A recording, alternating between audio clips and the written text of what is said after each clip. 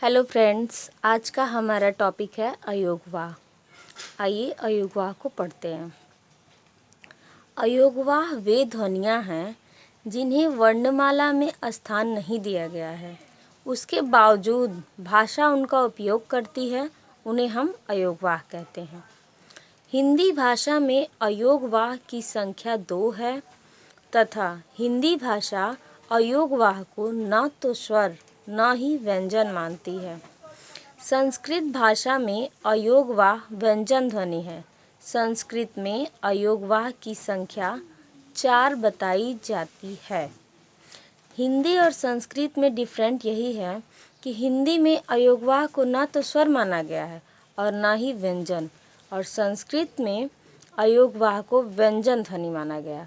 और सबसे बड़ा अंतर ये है कि हिंदी में अयोगवाह की संख्या 2 है और संस्कृत में अयोगवाह की संख्या 4 है।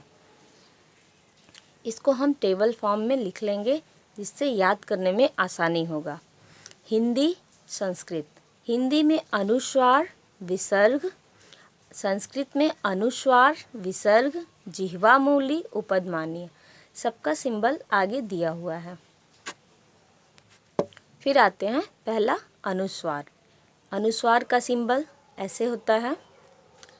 अनुस्वार अयोगवाह व्यंजन ध्वनि है।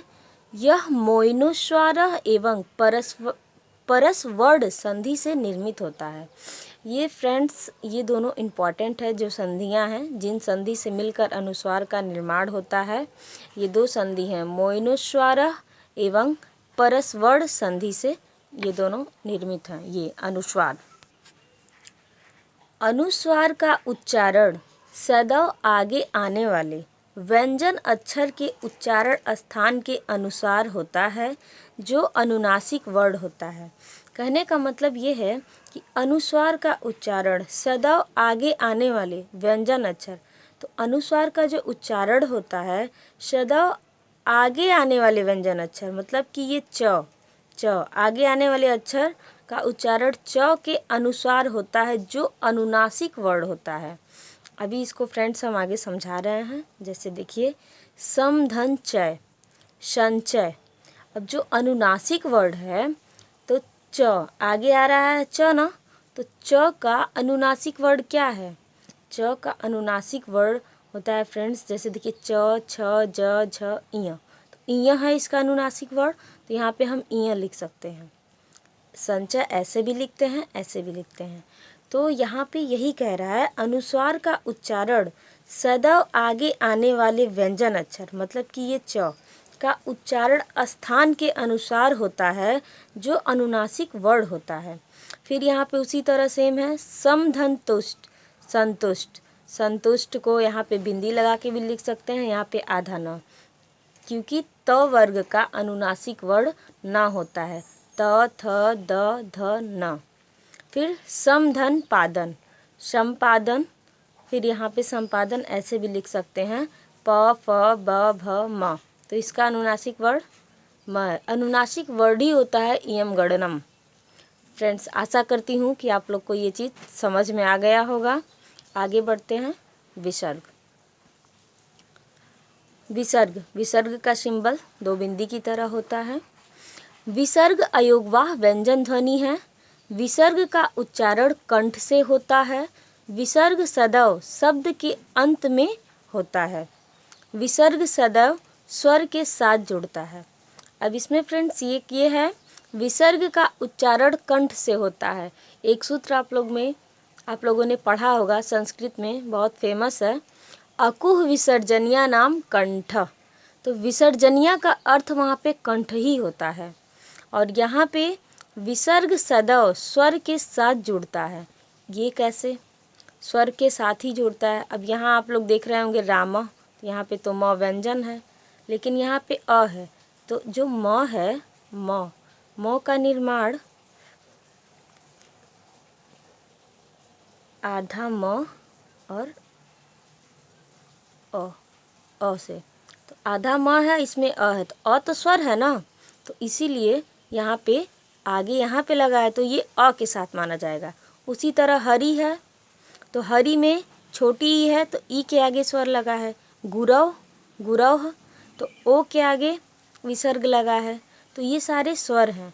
तो यहाँ पे इसका कहने का मतलब यही है कि विसर्ग सदैव स्वर के साथ जुड़ता है।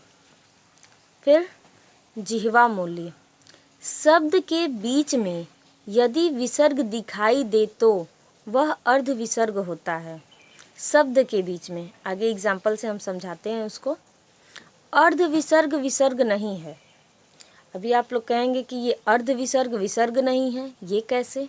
आइए, जैसे विसर्ग ऐसे होता है, इसका बड़ा बड़ा बिंदी हम बना रहे हैं। विसर्ग ऐसे ही छोटे छोटे में हम लोग लिखते हैं। अब इसी को हाफ कर दीजिए आप लोग, आधा, तो ये यही पार्ट आया ना, ये ऐसे बना ना सिंबल, ऐसे ऊपर से आधा हटा दीजिए, इधर से आधा हटा दीजिए, यही बना। तो फिर इसीलिए यहाँ एक और अर्ध विसर्ग विसर्ग नहीं है, क्योंकि विसर्ग तो पूरा पूरा होता है और अर्ध विसर्ग उसका आधा कर दिया गया है। यदि क और ख के पूर्व अर्ध विसर्ग आए तो उस अर्ध विसर्ग को जिह्वा मूली कहते हैं। अब तो आप समझ ही गए होंगे। तो क और ख के पहले जब अर्ध विसर्ग आए तो उसको हम जिह्वा मूली कहते हैं, जैसे दुख, निहकाम। फिर उपधमान्य, उपधमा का अर्थ ओष्ठ, अर्थात ओष्ठ से उच्चारित होने वाली ध्वनि ही उपधमानीय होती है। यदि वाक्य के बीच में प और फ के पूर्व अर्ध विसर्ग आए तो उसे उपधमानीय कहा जाता है। जैसे यहाँ पे उपधमा का अर्थ जो ओष्ठ दिया है, तो ये प और फ, मतलब प वर्ग में प और फ जो दो अक्षर हैं इसके पहले आता है। अगर लग जाए, ये देखिए दुपादन, तो प के पहले लगा है, दुहफल फ के पहले लगा है, इसको हम उपधमानी कहेंगे।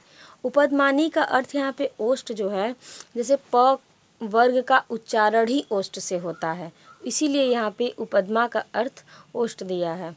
जैसे उपधमानीय ओष्ठ, उच्चारण भी इसका वही है। फ्रेंड्स, ये रहा हमारा अयोगवाह। फ्रेंड्स, वीडियो अगर अच्छा लगा हो तो लाइक करें, सब्सक्राइब करें, शेयर करें। थैंक्स।